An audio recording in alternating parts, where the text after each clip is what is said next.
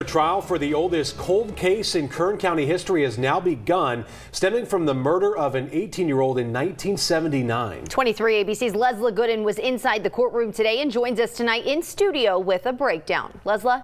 Yes, today both the prosecution and the defense held opening statements. Foreman was present and at times appeared distressed. We want to warn you, some of what you're about to hear may be disturbing for some of our viewers.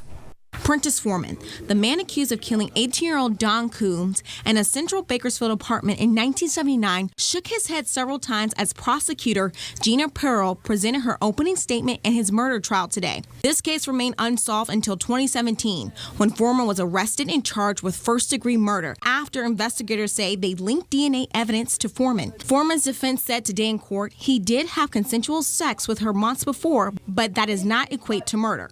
He's trying to distance himself from the murder.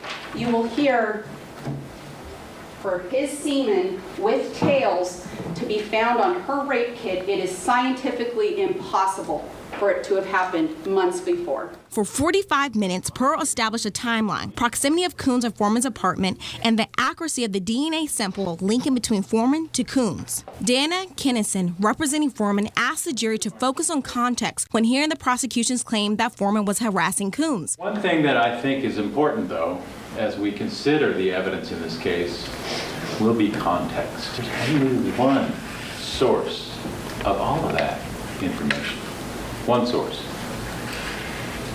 And that person was the ex-boyfriend, Steve Sher. He's the only one who makes these claims that Mr. Foreman is harassing Ms. Coombs. A video interview with him was played from 2017, where police questioned Foreman and shared with him they have his DNA evidence inside of Coombs. Well, that's what I'm asking you, Prentice. I said 2 or 3 months before. Whether it was 2 months or whether it was 3 months, I'm not for sure. Okay. But that wasn't the only change in his statement. It also became, you know what, officers? Forget I don't know her, I haven't been in her apartment.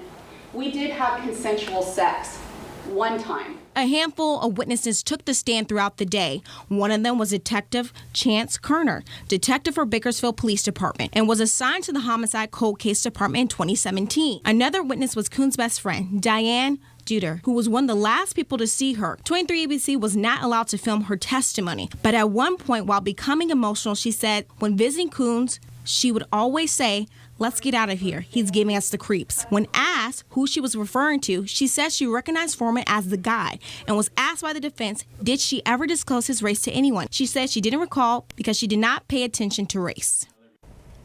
The jury will be able to view the apartment where the murder took place next week. The trial is expected to last for the next upcoming weeks, and we will be providing up-to-date coverage. Live in Bakersfield, in the studio, Leslie Gooden, 23 ABC, connecting you. To our other top